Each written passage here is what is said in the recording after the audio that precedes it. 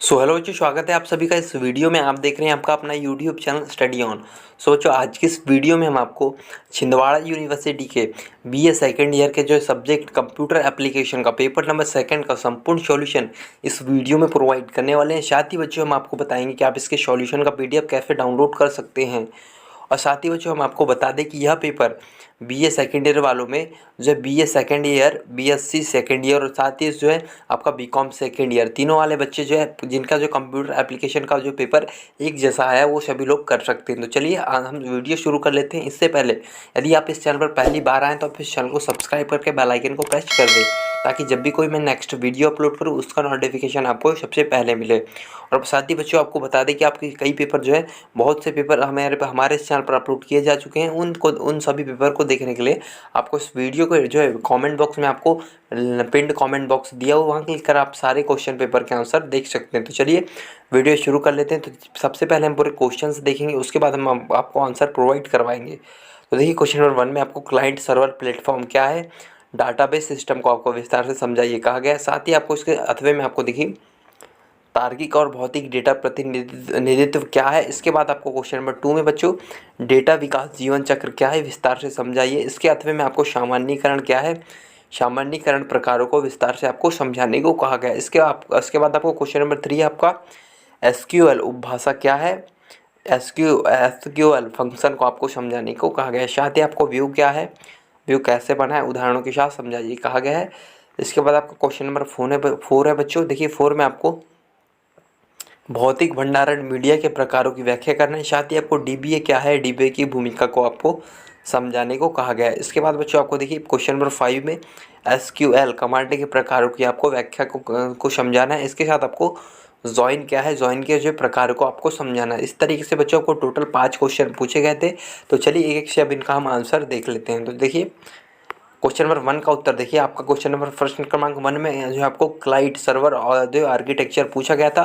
तो चलिए इसका आंसर हम देख लेते हैं। देखिए आपको इस तरीके से लिखना है, क्लाइंट सर्वर आर्किटेक्चर। जैसे क्लाइंट या फिर सर्वर एक नेटवर्क आर्किटेक्चर है जिसमें नेटवर्क और प्रत्येक कंप्यूटर या तो क्लाइंट या सर्वर होता है, जिसमें सर्वर क्लाइंट द्वारा उपयोग किए जाने वाले अधिकांश संसाधनों और सेवाओं का होस्ट करता है या फिर वितरित करता है और प्रतिबंधित करता है। इस प्रकार के आर्किटेक्चर में नेटवर्क या इंटरनेट कनेक्शन इस प्रकार की जो कनेक्शन पर जो केंद्रीय सर्वर से जुड़े एक या अधिक क्लाइंट कंप्यूटर होते हैं। जी हाँ, इस तरीके से जो है आपकी जो संरचना इस तरीके से होती है, इसको जो क्लाइंट सर्वर कहा जाता है। आपको जी क्लाइंट सर्वर इस तरीके से आपको जो ये संरचना आपको देख लेनी है। यदि आप इसका चित्र बनाना चाहते हैं तो आप बच्चों आप बना सकते हैं। इसके बाद आपको लिखना है क्लाइंट सर्वर आर्किटेक्चर को जो है नेटवर्किंग कंप्यूटिंग मॉडल या फिर क्लाइंट या फिर सर्वर नेटवर्क के रूप से भी जाना जाता है, क्योंकि सभी अनुरोध और सेवाओं नेटवर्क पर वितरित की जाती है। सर्वर कंप्यूटर या disk drive file server server print server या नेटवर्क यातायात जिसे नेटवर्क सर्वर के प्रबंधन के लिए समर्पित प्रक्रियाएं हैं। इसके बच्चे आगे आपको लिखना है बच्चों। देखिए क्लाइंट पीसी या वर्क स्टेशन है जिन पर उपयोगकर्ता एप्लीकेशन चलाते हैं। क्लाइंट संसाधनों के लिए सर्वर पर भरोसा करते हैं, जैसे फाइल डिवाइस और यहाँ तक कि प्रोसेसिंग की पावर। इस तरीके से बच्चों आपको लिखना है। आगे बच्चों आपको लिखना देखिए, जहाँ कंप्यूटर की संख्या अधिक होती है, इस प्रकार के वातावरण के लिए क्लाइंट सर्वर आर्किटेक्चर को तैयार किया गया था। उदाहरणार्थ बहुत सारे कंप्यूटर को आपस में नेटवर्क तकनीक के द्वारा जोड़ दिए जाते हैं। इनमें किसी कंप्यूटर को वर्क स्टेशन में बना दिया जाता है। आगे बच्चों आपको लिखना है सर्वर इन पर सभी कंप्यूटर को फाइल सेव करती है। इस मॉडल को जो क्लाइंट सर्वर मॉडल कहते हैं। इस मॉडल पे एक से अधिक कंप्यूटर क्लाइंट होते हैं तथा सर्वर एक होता है। इस मॉडल में क्लाइंट अपनी रिक्वेस्ट नेटवर्क के द्वारा सर्वर पर भेजता है तथा सर्वर पर उस रिक्वेस्ट को रिस्पॉन्स करता है। इस तरीके से बच्चों आपको आगे लिखना है। देखिए इस तरह नेटवर्क संसाधनों का साझा उपयोग करने में मदद करता है। इस तरह के मॉडल में हम हार्डवेयर का तथा सॉफ्टवेयर को शेयर कर सकते हैं। उदाहरणतः प्रिंटर को सर्वर से कनेक्ट कर देते हैं और तो फिर किसी की वर्क स्टेशन की किसी भी फाइल का प्रिंट आउट निकाल सकते हैं। इस तरीके से आपको क्वेश्चन नंबर 1 का आंसर यहाँ तक लिखना है। क्वेश्चन नंबर 2 हम देख लेते हैं। यदि किसी भी क्वेश्चन के आंसर में आपको डाउट होगा तो आप जो नीचे कमेंट बॉक्स में हमें कमेंट कर सकते हैं। तो चलिए बच्चों क्वेश्चन नंबर 2 हम देख लेते हैं। बच्चों आपका अगला क्वेश्चन है क्वेश्चन नंबर 2। देखिए क्वेश्चन नंबर 2 के अथवे का आंसर हमने आपको प्रोवाइड करवाया गया, जिसमें आपको सामान्यीकरण जो है क्या है इसको पूछा गया। तो चलिए आंसर हम देख लेते हैं आपका क्वेश्चन नंबर 2 के अथवे का। तो देखिए आंसर आपको इस तरीके से लिखना है बच्चों, मानसिक संचालन, जिसका अर्थ है कि विचारधारा क्षेत्र में वस्तु की सामान्य विशेषता, गुण, रिश्ते, विकास के रुझान आदि की पहचान करके अमूर्तता के उच्च स्तर पर संक्रमण, नई वैज्ञानिक अवधारणाओं, सिद्धांतों, कानूनों के उद्भव पर जोर देता है। आगे आपको लिखना है इसमें, देखिए सामान्यीकरण में मानसिक गतिविधियों का उत्पाद वास्तविक कि सामान्य संकेतों और गुणों के प्रतिबिंब का एक रूप है, एक संज्ञानात्मक प्रक्रिया जो बाहरी दुनिया के अपेक्षाकृत स्थिर गुणों का आवंटन और पदनाम के लिए अग्रणी है। सामान्यीकरण सबसे सरल प्रकारों को पहले से ही धारणा के लिए जो स्तर पर महसूस किया जाता है। आगे बच्चों आपको खुद को धारणा के कब्जे के रूप में प्रकट होता है। इसके प्रकार सोच के प्रकारों के अनुरूप है। सबसे अधिक अध्ययन शब्द अर्थ के रूप में सामान्यीकरण है। सामान्यीकरण भी मानसिक गतिविधियों के साधन के रूप में कार्य करता है। मानवीय सोच के स्तर पर सामान्य रूप से सामाजिक रूप से विकसित उपकरणों के उपयोग द्वारा मध्यस्थता की जाती है, संज्ञानात्मक गतिविधियों और संकेतों के तरीके से। इस तरीके से आपको लिखना है। आगे बच्चों आपको लिखना, देखिए सबसे सरल सामान्यीकरण एक अलग है, यादृच्छिक विशेषता के आधार पर वस्तुओं को एकजुट करने में शामिल है। इस जटिल को सामान्य करना अधिक कठिन है जब विभिन्न कारणों से वस्तु के एक समूह को पूरे में मिला दिया जाता है। जी हाँ, आगे आपको लिखना है बच्चों, इसे सामान्यित करना विशेष रूप से कठिन है, जिसमें प्राणियों और सामान्य पात्रों को स्पष्ट रूप से विभेदित किया जाता है। वस्तु को अवधारणाओं की एक निश्चित प्रणाली में शामिल किया जाता है। आगे बच्चों आपको लिखना है, सामान्यीकरण जटिल है, साथ ही साथ समकालिक बौद्धिक गतिविधि की जटिलता के किसी भी स्तर पर प्रस्तुत किए जाते हैं। इस तरीके से बच्चों क्वेश्चन नंबर 2 का आंसर पूरा आपको यहाँ तक, सामान्यीकरण का आंसर आपको यहाँ तक पूरा लिख लेना है। यदि आंसर में आपको किसी भी प्रकार का डाउट है नीचे कमेंट बॉक्स में कमेंट जरूर करिएगा। तो चलते हैं नेक्स्ट क्वेश्चन, क्वेश्चन नंबर 3 बच्चों हम देख लेते हैं। क्वेश्चन नंबर 3 के बाद बच्चों आपका अगला क्वेश्चन है क्वेश्चन नंबर 3, जिसमें आपको एसक्यूएल या एसक्यूएल के बारे में पूछा गया, जो प्रोग्रामिंग आपकी भाषा होती है। तो चलिए आंसर आपको कुछ इस तरीके से लिखना है इसका। एसक्यूएल स्ट्रक्चर क्वेरी लैंग्वेज जिसे कहा जाता है, संरक्षित पुच्छ या भाषा, एक डेटाबेस प्रोग्रामिंग भाषा जिसे रिलेशनल डेटा मैनेजमेंट सिस्टम या फिर संबंधपरक डेटाबेस प्रबंधन प्रणाली में आंकड़ों के प्रबंधन के लिए बनाया गया, और यह मूलतः रिलेशनल अलजेब्रा या संबंधपरक बीजगणित पर आधारित है। आगे बच्चों आपको लिखना, देखिए इसके दायरे में आंकड़ों पर प्रश्न क्वेरी जो है आपको आंकड़ों का उद्घाटन, अपडेट, स्कीमा, प्रयोगकर्ता निर्माण, रूपांतरण और डेटा एक्सेस कंट्रोल, आंकड़ों के उपयोग पर नियंत्रण है या फिर नियंत्रण शामिल है। एसक्यूएल एडगर एफ कॉर्ड के रिलेशनल मॉडल ने सबसे प्रारंभिक कंप्यूटर प्रोग्रामिंग भाषाओं में से एक था। आपको लिखना है जिसे उन्होंने 1970 के प्रभावशाली दस्तावेज paper a relation model of data for large share data box banks में प्रस्तुत किया था, और यह रिलेशनल डेटाबेसों के लिए सबसे व्यापक रूप से प्रयुक्त होने वाली भाषा बन गई। इस तरीके से लिखना है आपको। आगे आपको लिखना है इसके प्रकार, देखिए कि इस तरीके से आपको प्रकार, अब इस एसक्यूएल के जो इसके प्रकार आपको लिखने हैं। क्वेश्चन नंबर 3 का आंसर देखिए आपको यही है जो आपका आगे लिखना है इसको। देखिए वो पहला अवतरण 1974 में हुआ था। देखिए डिज़ाइनर आपको डोनाल्ड डी चैम्बरलिन एंड आपके जो रोमांड एफ बॉयस थे। इसके बाद आपको जो है निर्माता आपको IBM लिखना है। आपको जो स्थायी विमोचन एसक्यूएल 2008 लिखने का तरीका, स्टैटिक स्ट्रॉन्ग उपयोग आपको मैन्युअली लिख लेना है। जो इस तरीके से आपको जो इसमें लिखना है उदाहरण में।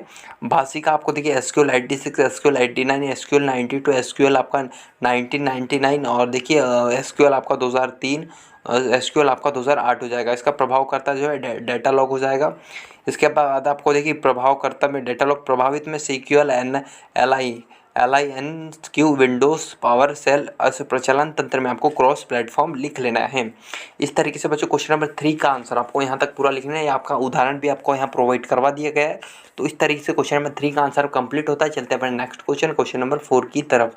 चलिए क्वेश्चन नंबर 4 हम देखते हैं। बच्चों आपका अगला क्वेश्चन है क्वेश्चन नंबर 4। देखिए क्वेश्चन नंबर 4 का आंसर हमने आपको प्रोवाइड करवा दिए। आपको आंसर कुछ इस तरीके से लिखना है। भौतिक भंडारण मीडिया के बारे में आपको लिखने को कहा गया था क्वेश्चन नंबर 4 में।